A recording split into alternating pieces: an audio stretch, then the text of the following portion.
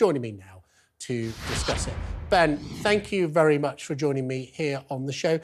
Is it a bit of a disappointment that, given that your candidate, Simon Danczuk, was so well known in the constituency, the former Member of Parliament, are you disappointed to have only got 6% when you're polling 10 and above in the national polls?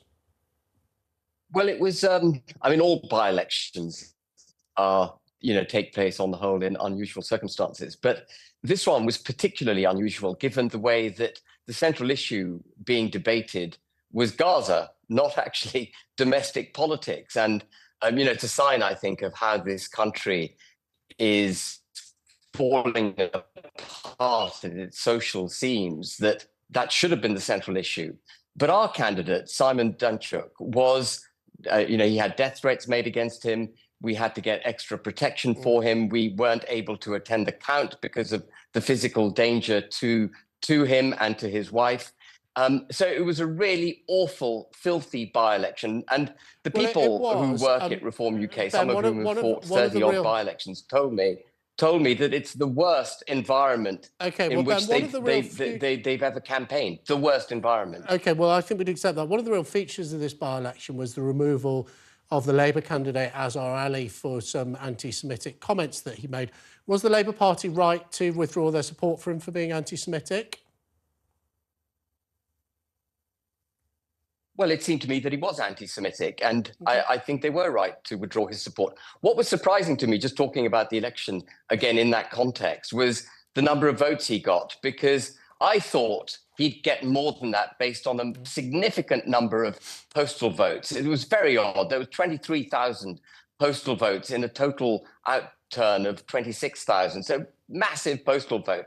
This election was pretty much sewn up in the postal vote. And I thought Azhar Ali, having tailwinds behind him, pretty much until, having the Labour Party behind him, tailwinds behind him, until that postal vote would naturally get more votes. But he didn't do well. And I think what's happened here is that George Galloway had managed to tap into the Muslim community, who I believe, I don't have any evidence for this, but I believe they kind of vote en masse based on what their spiritual leaders advise them on how to vote. Moving away from the Rochdale by-election for a moment, you said that it's right that the Labour Party removed Azhar Ali for anti-Semitic comments. They withdrew their support from him. I learned today that Lee Anderson is under potential investigation by the Metropolitan Police for hate speak and anti-Muslim hatred. Do you think Lee Anderson is guilty of anti-Muslim hatred? And if so, why has the Reform Party asked him if he would like to join? Well, Lee Anderson is undoubtedly guilty of using clumsy language, and he said as much in his recent article. Clumsy language, Ben, if I may, clumsy language. I just want to push you on this, sorry. Clumsy language can cover a lot of sins. Happy to be pushed on it. Has Lee Anderson, were his comments anti-Muslim hatred? And if so, why is the Reform Party asking him to join when you've just said it's right? For example, the Labour Party would kick Azhar Ali out for anti-Jewish hatred. Yeah. Were Lee Anderson's comments, to take it one at a time, anti-Muslim? Yeah. Yes or no? So I wrote an article immediately after he made those comments. He said that Islamists had taken control of Sadiq Khan. In doing so, he was loosely using the word Islamist, by which I take it he meant extreme Muslims. And if extreme Muslims had taken control of Sadiq Khan, which, by the way, I don't think they have, I think Sadiq Khan makes up his own mind perfectly, capably in his own way. Not that I agree with him on anything, but if extreme Muslims had taken control of Sadiq Khan, then that is not Islamophobia.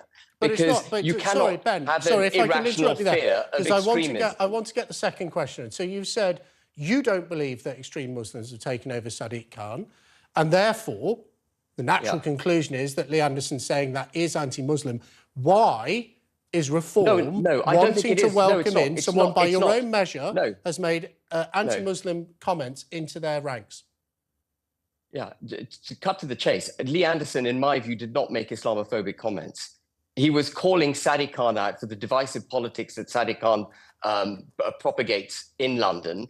He did it in an extremely clumsy way, and he needs to be careful with his language. And I have also said, and I remain of the view that we should be very circumspect of taking any former Tory MPs on, particularly ones who've lost the whip, particularly ones who are in disgrace, but particularly for the reasons Matt made earlier before I came on. That Ben, okay, after well, 14 let me years just of ask government, you, let me have one last go, Ben. Yeah. A yes or no answer, because I know you're very pushed for time, as are we. Was Lee Anderson right to lose the whip, yes or no? I don't think he was right to lose the whip, no. Ben, thank you so much for joining us. And sorry we're Thank you. very pushed for time today. We No, love not having at you on all. the show, and we know you'll be back.